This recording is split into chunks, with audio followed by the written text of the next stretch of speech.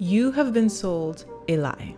We all have been. This lie is well-intentioned and has even been helpful in many regards, but in any case, it is still a lie. Therefore, it is time for the truth to be told. The falsehood that you have been sold is that no matter where your ancestors come from, no matter what your genetic makeup is, no matter what culture you identify with, there's only one way to eat, one diet that you should be following if you want to live a long and healthy life. That diet is the Mediterranean diet. The Mediterranean diet is frequently promoted as the best diet for curing or preventing any chronic illness under the sun. For years, we have gotten the message that no matter where you are from, if you want to live a long and healthy life, eating like a Greek is what you should be doing. However, when you stop and think about it, the idea that everyone around the globe should be following a single diet doesn't really make sense evolutionarily speaking. Yes, the Mediterranean diet is a wonderful, nutrient-dense diet that has been widely researched for its numerous health benefits. I personally am a fan of it, but how did we get to a place where we are so focused on one diet pattern from one region of the world? Why aren't we focused on also putting together balanced, nutritious,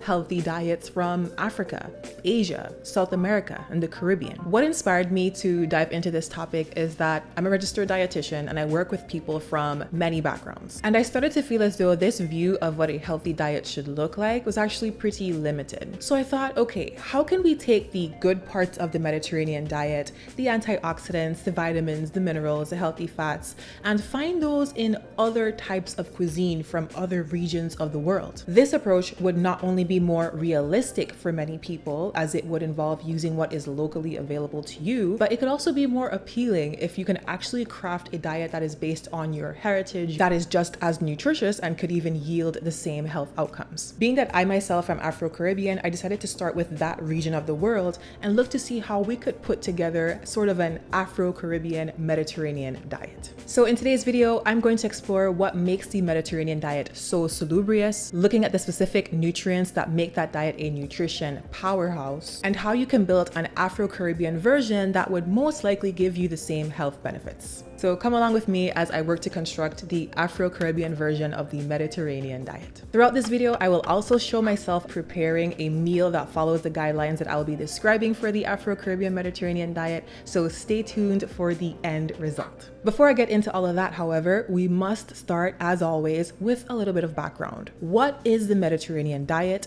What does it consist of? And what does the data actually show about its health benefits? The term Mediterranean diet was first used in the 1960s and describes an eating pattern that is common in certain parts of the Mediterranean, mainly Crete, the largest island of Greece, and a few other parts of Greece, as well as the south of Italy. There is some data on other countries in the region, such as Turkey, Morocco, Spain, and Portugal, but Greece and Italy are the main attractions for the Mediterranean diet. Interestingly, Greece and Italy are also home to two of the world's so-called blue zones, which are regions of the world where there is a high concentration of centenarians, which are people who live to 100 years old. Icaria, Greece, and Sardinia, Italy are both on that list. The Mediterranean diet has been shown to be favorable for health and longevity in numerous ways. It is linked to a reduced risk of overweight and obesity, cardiovascular disease, cancer, cognitive decline, type 2 diabetes, metabolic syndrome, asthma, hip fracture, and death. Okay, so enough about geography and research, let's talk about food.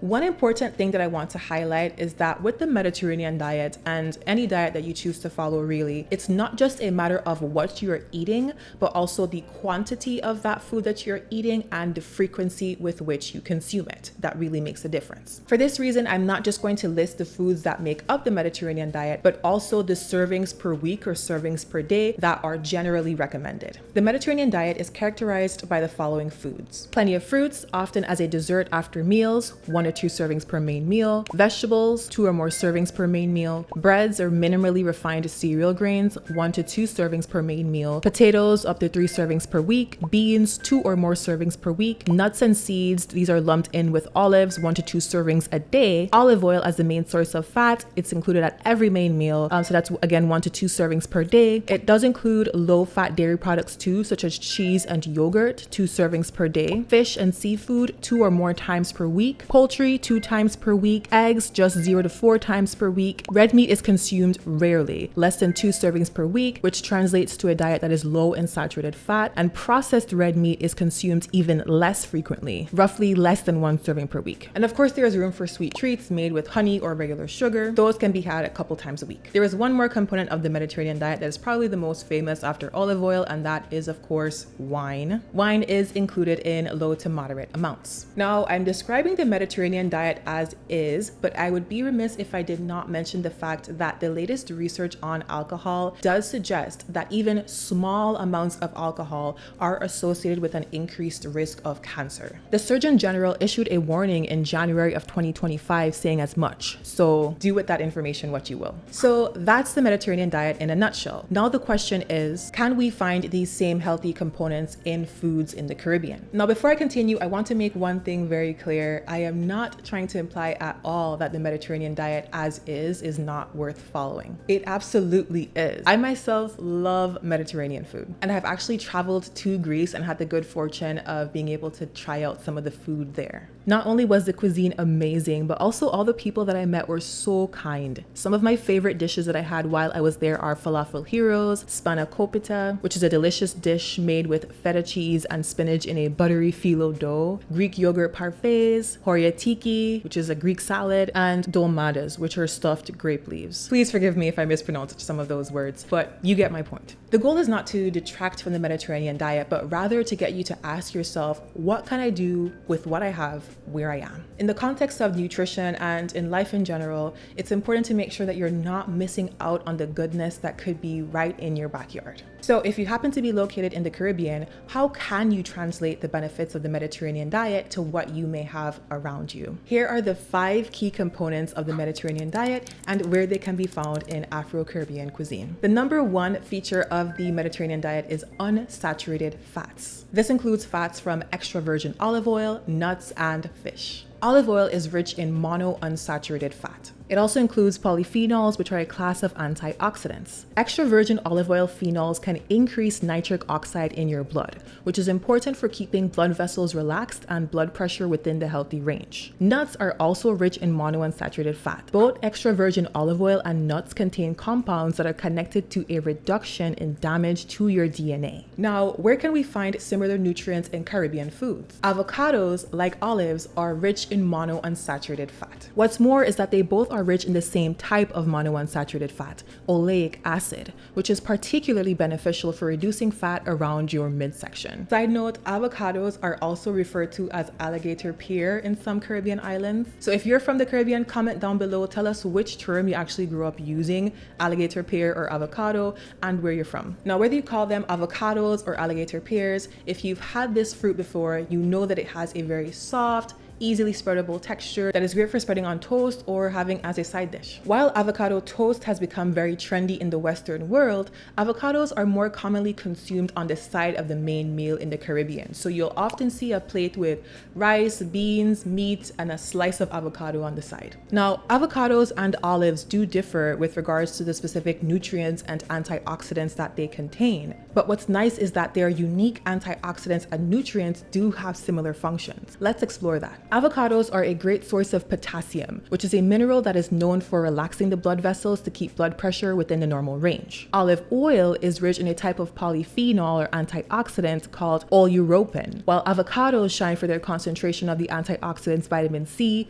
vitamin E, and lutein and zeaxanthin. These antioxidants also have the potential to reduce DNA damage. On top of that, lutein and zeaxanthin are essential for eye health, making avocados ideal for protecting against age-related eye dysfunction. As I mentioned earlier, nuts are also a great source of monounsaturated fats. Typical examples of nuts found in the Mediterranean diet include pistachios, walnuts, almonds, hazelnuts, and peanuts. Nuts are incredibly effective at lowering LDL or bad cholesterol and triglycerides. This is because they contain something called phytosterols, which are basically a plant version of cholesterol. Phytosterols made in plants are very similar not just in name but also in structure to the cholesterol that is made made in our own bodies. In fact, they are so similar that our bodies can actually end up confusing one for the other. They are basically like two keys that are similar enough to open the same door. But not to worry, this is actually a good thing. Having phytosterols in the mix in your diet causes your body to absorb less cholesterol overall, and that extra ends up in the toilet, resulting in lower bad cholesterol and better heart health. Finding nuts that are uniquely Caribbean was a bit tricky, however. This is not because nuts aren't popular in the Caribbean. They definitely are. Growing up as a school child, it was not uncommon to see people buying sunflower seeds after school to have as a snack. Peanuts, cashews, almonds were always available in my household. While in some parts of the world, nuts are prepared as part of a main meal, think kaju masala from India or West African peanut stew. In my experience, at least, when nuts are consumed in the Caribbean, it's typically as part of a snack. In any case, the real challenge for me was finding nuts that are cultivated on a large scale in the Caribbean. Cashews are grown in the Caribbean, with Guyana being one of the primary exporters, but you're not going to find nut trees growing along the side of the road the same way that you would find fruit trees. The nuts that are grown in the Caribbean represent just a tiny fraction of overall global exports. And really, that makes sense. The Caribbean islands are very small masses of land in comparison to the major growers and exporters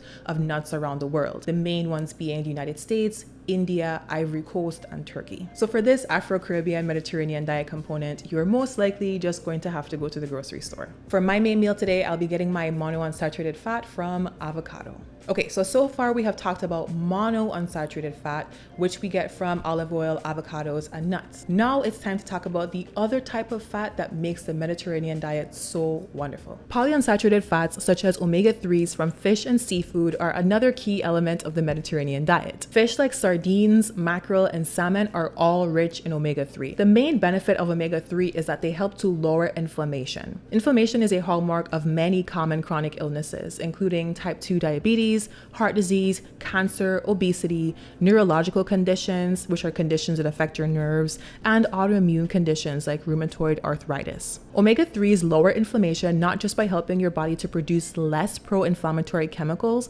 but also by helping your body to produce more anti-inflammatory chemicals. It's really a win-win. As you can imagine, fresh seafood is abundant in the Caribbean, and it is not uncommon to see fishermen selling their catch of the day along the side of the road or at the fish market. Growing up, my mother would often take us to the market on weekends to purchase local fish like snapper. Now, here's the catch.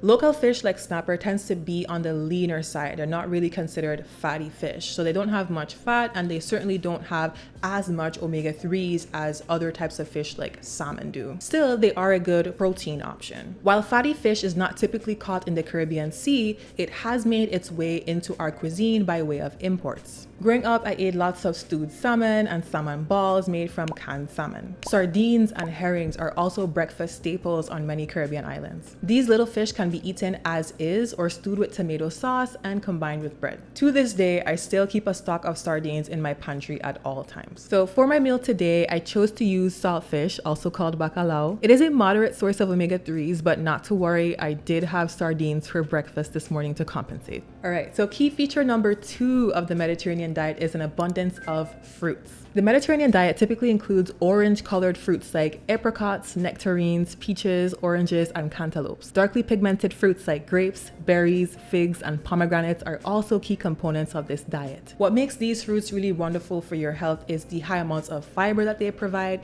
as well as minerals like potassium and antioxidants like vitamin C. Finding fresh fruit in the Caribbean is often as easy as looking in your backyard or in your neighbor's backyard if they are nice enough to share. Sugar apple, star fruit, mango, passion fruit, guava, tambran, kenep, golden apple. The mouth-watering list of options goes on and on. Locally grown fruits can be fresher, sweeter, and less expensive if you grow them yourself, get them from friends and family, or if you can find a tree that is blooming on the roadside that you can just pick from. It is still common in the islands to see people selling their locally grown produce at the side of the road. So when you buy local, you're not only getting a superior product in many cases, but you're also supporting the local economy. Now, one major difference between Mediterranean fruits and tropical fruits is that some tropical fruits do tend to be a little bit on the sweeter slash starchier side, like mangoes and bananas. So you need to exercise a little bit more restraint when it comes to managing your portions of those fruits. For example, 1 cup of grapes provides 15 grams of natural sugar, while 1 cup of chopped mango contains 23 grams of natural sugar. Nevertheless, there's actually quite a bit of overlap between fruits that are considered Mediterranean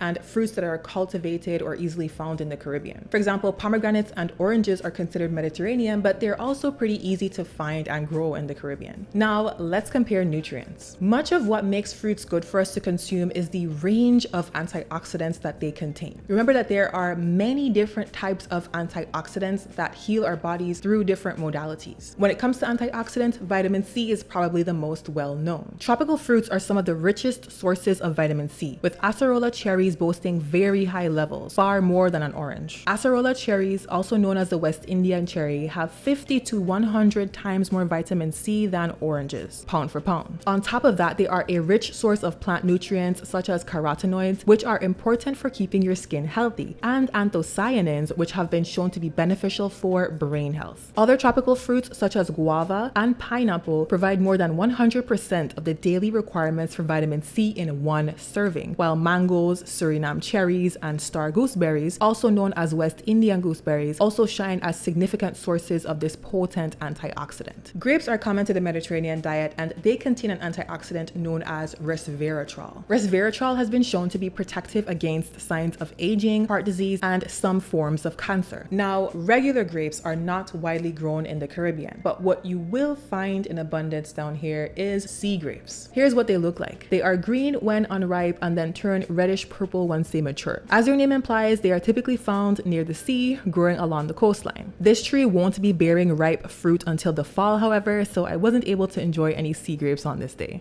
The data on the anti-inflammatory properties of sea grapes is sparse, but here is what we know. Anthocyanidins, a class of antioxidants, have been shown to be present in sea grapes, which suggests that these fruits can help to reduce inflammation and reduce the risk of inflammatory conditions such as coronary heart disease. Sea grapes are also a good source of flavonoids, which are protective against several chronic diseases, and it is on par with grapes when it comes to its antioxidant potency. For my meal today, I have several fruits to have as a dessert: pineapple, mango, and pomegranate. All right, so key feature number 3 of the Mediterranean diet is an abundance of vegetables. The Mediterranean diet emphasizes seasonal vegetables and typically includes salads with tomato, cucumbers, onions, spinach, arugula or rocket, and lettuce. Eggplant and cabbage are pretty common in the Mediterranean diet as well. This variety of vegetables provides a plethora of fiber and vitamins and minerals, including vitamin A, vitamin K, copper, and iron. The Mediterranean diet is particularly rich in non-starchy vegetables, although starchy vegetables like potatoes are also included. Now, in the Caribbean, we do tend to emphasize starchy vegetables. That is our weakness. Referred to as provision in some English-speaking Caribbean islands, things like sweet potato, yuca,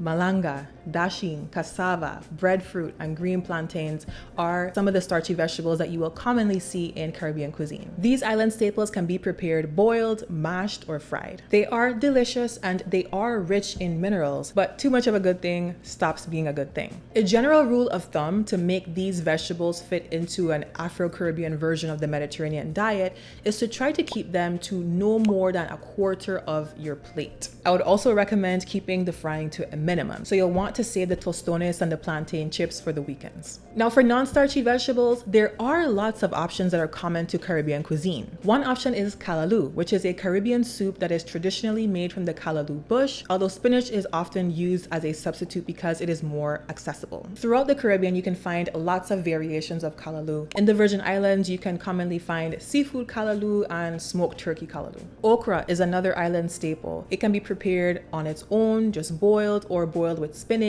or even with tomato in a sauce to make a nice, flavorful side dish. Steamed cabbage, flavored with peppers and carrots, is common to Jamaican cuisine. In Antigua, prickly pear cactus, colloquially known as cassie, is another non-starchy vegetable option that is flavorful and delicious. All in all, the main takeaway from this section is to eat more spinach, tomato, okra, cabbage, and cassie, and less provision, and you'll be on track. For my meal today, I have spinach and okra as my non-starchy side dish. dish. All right, now key feature number 4 of the Mediterranean diet is beans/legumes. The Mediterranean diet emphasizes things like chickpeas and lentils. Personally, I love making a Mediterranean salad with chickpeas, cucumbers, tomatoes, onions, feta cheese, olives, and a drizzle of olive oil and freshly squeezed lemon juice. White bean soup, lentil soup, baked butter beans, falafel, lentil and bulgur wheat salad, fava bean salad, and hummus are all examples of Mediterranean dishes that really put beans in the spotlight. Beans are an excellent addition to any diet because they are rich in both fiber and protein. Let's talk a little bit more about the benefits of the fiber that beans provide so much of. Fiber helps to naturally lower cholesterol by reducing its absorption in the small intestine, causing the liver to take up more cholesterol from the bloodstream to make hormones and other things, thereby reducing the amount of cholesterol in the blood. The fiber in beans also helps to increase the production of short-chain fatty acids in the gut. These are byproducts of fiber metabolism, so in other words, they are produced when the bacteria in your gut eat the fiber that you ate. Kind of weird, but that's how it works. Anyway, these short-chain fatty acids reduce inflammation, improve the elasticity of blood vessels, which helps to keep blood pressure within a normal range, and reduce the amount of cholesterol in the bloodstream. Now, how they do this is actually pretty amazing. So there are genes in your liver that can tell the liver to make more cholesterol. Short-chain fatty acids have the ability to turn those genes off.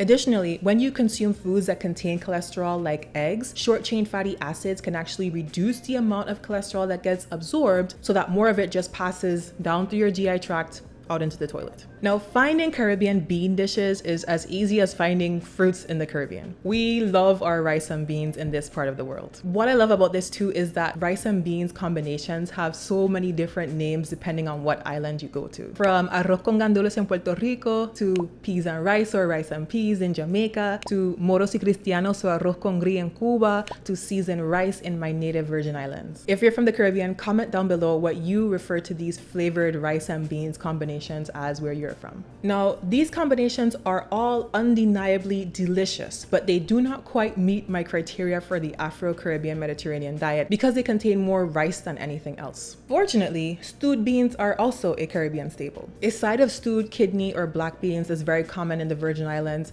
and you can find similar dishes all the way down the Antilles down to Trinidad. Stewed beans are commonly served with the meal to kind of wet the rice, but feel free to add more, at least half a cup. And really, the more the merrier. So for my meal today, I have stewed black beans to fill my legume quota. All right, so the fifth and final key component of the Mediterranean diet is fiber-rich starches. This category covers starchy vegetables like potatoes, as well as whole grains like oats, whole wheat pasta, quinoa, and brown rice. These foods provide fiber as well as many different vitamins and minerals. Whole grains can be classified as a low glycemic index food, making them excellent for blood sugar control. These foods can slow down digestion, thereby slowing down the absorption of any carbohydrates or sugars that you consume, which is excellent for keeping blood sugar levels stable. Just like in many other parts of the world, white rice is a lot more popular than brown rice in the Caribbean. Unless you go to an establishment that specifically caters to a health-conscious clientele, you're not going to find brown rice if you go to buy food anywhere in the islands. The same applies to whole wheat pasta. Choosing refined rice over whole grain rice is something that I am often guilty of as well. I love basmati rice. I've recently been working on adding more brown rice into my diet, and I'm still perfecting my technique because brown rice does take much longer time to cook than white rice, but anything worthwhile takes time, right?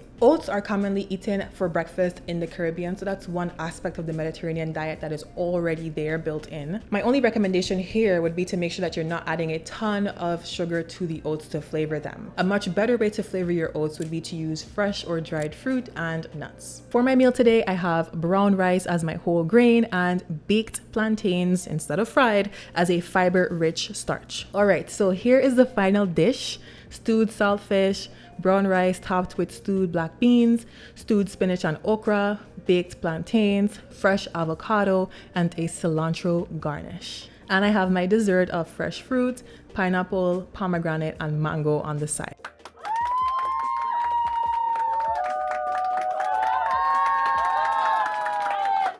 All right, so that is it for today. If you enjoyed today's video, please give me a thumbs up, leave a comment, and share the video far and wide. Remember that I also have a blog if you're a fan of written content. Every YouTube video that I make eventually gets turned into a blog post. Links to all references and to my blog will be included in the description box below. Take care.